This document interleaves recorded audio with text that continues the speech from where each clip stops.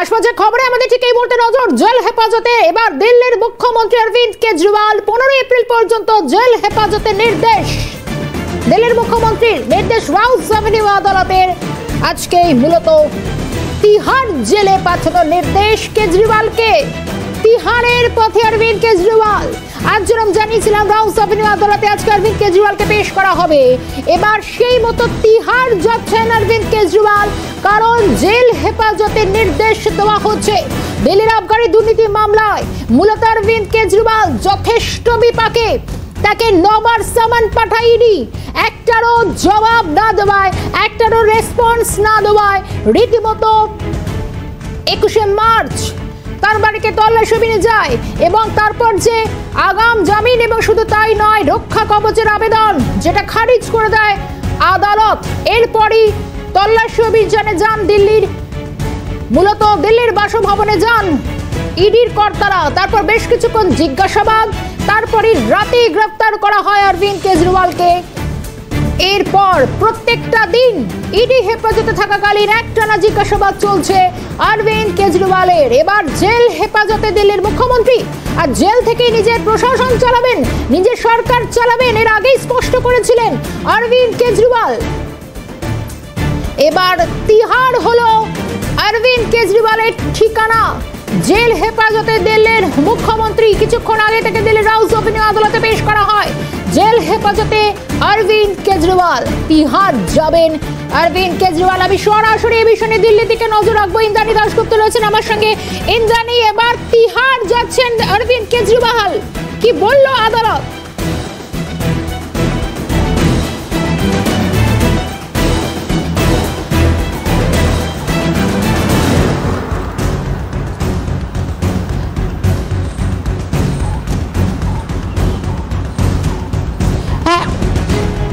একদমই এবার তিহারে স্থান হতে চলেছে বা ঠাঁই হতে চলেছে দিল্লির মুখ্যমন্ত্রী অরবিন্দ কেজরিওয়ালের। অরবিন্দ কেজরিওয়ালকে আজকে 15 দিনের জেল কাস্টাডি অর্থাৎ জেল হেফাজত দেয় দিল্লির রাউস এভিনিউ আদালত। আজকে শুনানির শুরুতেই ঠিক 11:30টার সময় অরবিন্দ কেজরিওয়ালকে কোর্ট রুমে হাজির করানো হয়। তখন প্রথমে ইডি জানিয়ে দেয় যে তারা আজকে আর নতুন করে অরবিন্দ কেজরিওয়ালকে হেফাজতে চাইছে না। কারণ হিসাবে ইডির পক্ষ থেকে অ্যাডিশনাল সলিসিটর জেনারেল জানান অরবিন্দ কেজরিওয়ালের মোবাইলের পাসওয়ার্ড তিনি দিতে অস্বীকার করেছেন, সেই কারণে মোবাইলটি তাদের হেফাজতে রয়েছে এবং এই মোবাইলটি খতিয়ে দেখবে ইডি। সেই কারণে এখনই তারা আর অরবিন্দ কেজরিওয়ালকে কাস্টাডিতে চাইছে না। আরও কিছুদিন সময় তারা হাতে রাখতে চাইছে। অর্থাৎ নিয়ম অনুযায়ী এনফোর্সমেন্ট ডিরেক্টরেট বা সিবিআই এরা এই ধরনের পিএমএলএ কেসগুলোতে 14 দিনের সর্বোচ্চ কাস্টাডি পায় এবং সেই জায়গা থেকে ইতিমধ্যে 10 দিন কমপ্লিট হয়ে গিয়েছে, আর 4 দিন হাতে রয়েছে ইডির।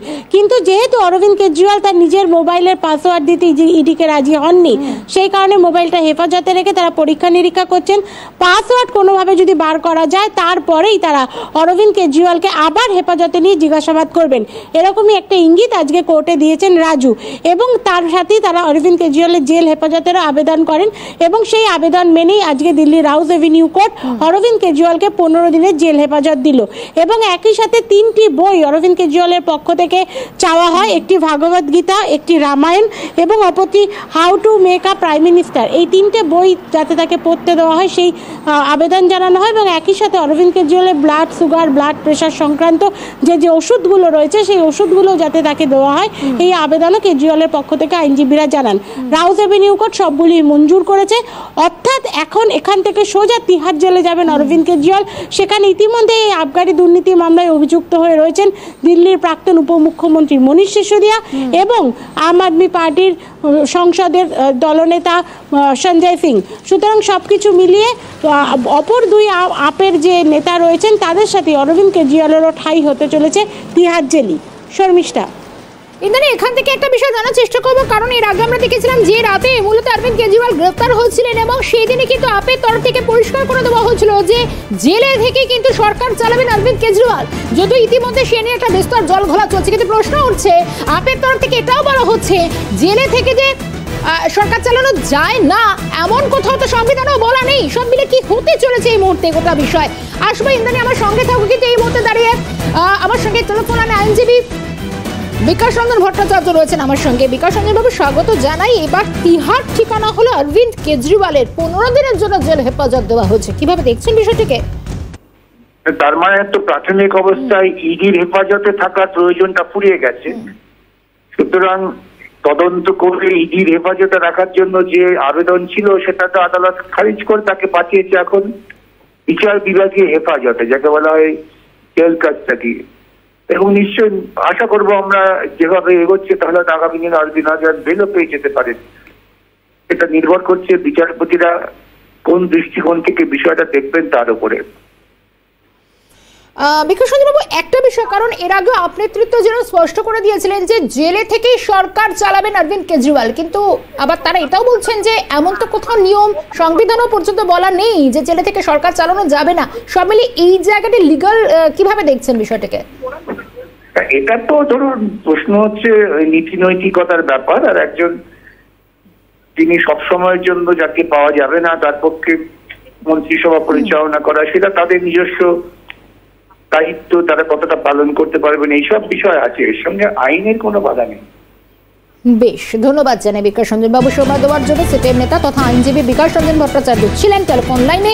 আরও একবার ইন্দ্রাণীর কাছে একটু ফেরার চেষ্টা করি। ইন্দ্রাণী, যে বিষয়টা উঠে আসছে যে একটা দীর্ঘ জটিলতা, একটা দীর্ঘ সামান পর্ব এড়িয়েছেন অরবিন্দ কেজরিওয়াল, এবং ইডি বারবার এর আগে দাবি করেছে যদি এই সবকটা সামানে না হলে অন্তত কয়েকটা সামানে যদি উত্তর কেজরিওয়াল দিতেন বা রেসপন্স করতেন তাহলে হয়তো এই গ্রেপ্তারি নাও হতে পারত। প্রশ্ন হচ্ছে একটারও সন্তোষজনক উত্তর এখনো পর্যন্ত ইডি পায়নি বলে দাবি করছে তারা। এদিকে জেল হেফাজত, যেমনটা বিকাশ রঞ্জন বাবু বললেন যে হয়তো তাহলে ইডির হেফাজতে থাকার যে প্রয়োজনীয়তা সেটা কি কোথাও ফুরিয়েছে?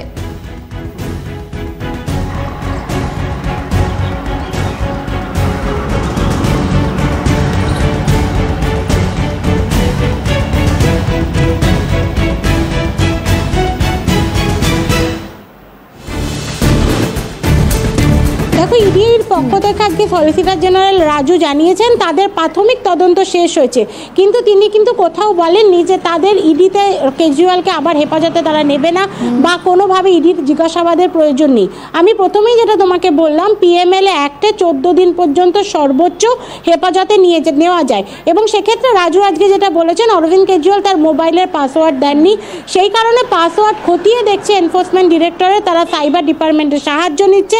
যদি পাসওয়ার্ড উদ্ধার করা যায় তাহলে মোবাইল থেকে যে যে তথ্য পাওয়া যাবে সেই তথ্যগুলো বিচার করার পরে কিন্তু আবার তারা অরবিন্দ কেজরিওয়ালকে ইডি হেফাজতে নিতে পারেন, এবং তারপরে তার সাথে তার মোবাইল থেকে পাওয়া তথ্য এবং তার যে বয়ান সেই দুটো মিলিয়ে দেখা হবে, এবং আরও একবার কিন্তু জিজ্ঞাসাবাদ চলতে পারে দিল্লির মুখ্যমন্ত্রীর। ইতিমধ্যেই 50 ঘন্টার বেশি জিজ্ঞাসাবাদ চলেছে। আমরা ইডি সূত্রে যে খবর পাচ্ছি প্রতিদিন 5 ঘন্টার বেশি সময় ধরে ইডি আধিকারিকরা দফায় দফায় জিজ্ঞাসাবাদ করেছেন অরবিন্দ কেজরিওয়ালকে, এবং সেখান থেকে কিন্তু একাধিক তথ্য প্রমাণও তারা পেয়েছেন বলে দাবি করছেন ইডি। একাধিক ব্যক্তির সাথে মুখোমুখি বসিয়ে জেরা করা হয়েছে অরবিন্দ কেজরিওয়ালকে। এই মুহূর্তে আরও 4 দিনের কাস্টাডির টাইম ইডি তাদের নিজেদের হাতে রাখলো। ভবিষ্যতে আরও যদি কোনো তথ্য প্রমাণ পাওয়া যায় বা আবগারি দুর্নীতির সাথে জড়িত গুরুত্বপূর্ণ কোনো প্রমাণ ইডির হাতে আসে সেই সময়ও কিন্তু যাতে অরবিন্দ কেজরিওয়ালকে কাস্টাডিতে নিয়ে ইডি জিজ্ঞাসাবাদ করা যায়, করতে পারে, তার জন্যই কিন্তু এই 4 দিন সময় তারা হাতে রাখলো। আর মুখ্যমন্ত্রীর বিষয় যেটা তুমি বলছো, ইতিমধ্যেই দিল্লি হাইকোর্ট পরিষ্কার জানিয়ে দিয়েছে যে মুখ্যমন্ত্রী জেলে থেকে মুখ্যমন্ত্রী হয়ে প্রশাসন পরিচালনার ক্ষেত্রে কোনো সাংবিধানিক আইনি বাধা নেই, কিন্তু জটিলতাটা অন্য জায়গায়। তিহার জেল কর্তৃপক্ষের সাথে কথা বলে আমি যেটা জানতে পেরেছি শর্মিষ্ঠা, তিহার জেলে 4 জনকে দেখা করতে দেওয়ার একদিনে 4 জন দেখা করতে যেতে পারে, তার মধ্যে অবশ্যই পরিবারের লোকরা থাকতে হবে। সেক্ষেত্রে অরবিন্দ কেজরিওয়ালের মন্ত্রিসভা, সেখানে তিনি কিভাবে ক্যাবিনেট পরিচালনা করবেন, প্রচুর ডকুমেন্টস প্রতিদিন একজন মুখ্যমন্ত্রীকে সই করতে হয়, সেইগুলো তিনি কিভাবে করবেন, কিভাবে তিনি নির্দেশ দেবেন, কিভাবে মন্ত্রীদের সাথে কথা বলবেন, দিল্লির ডেভেলপমেন্ট নিয়ে নতুন নতুন প্রজেক্ট নিয়ে কিভাবে তিনি আধিকারিকদের সাথে আলোচনা করবেন, এই সমস্তগুলোই কিন্তু একটা বড় প্রশ্নচিহ্নের সামনে দাঁড়িয়ে আছে।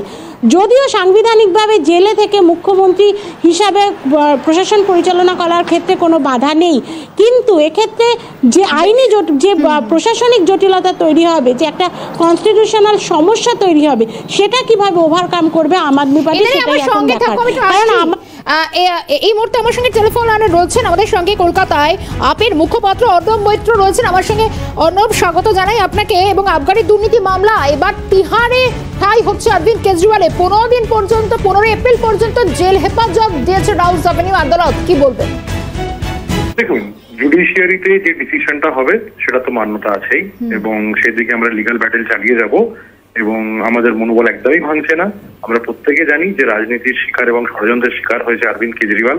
যেভাবে বিজেপি আম আদমি পার্টিকে শেষ করার চেষ্টা করছে তা তারা করতে থাকবে, কারণ তারা ভয় পেয়েছে, এবং আমাদের লড়াই সংগ্রাম চলবে।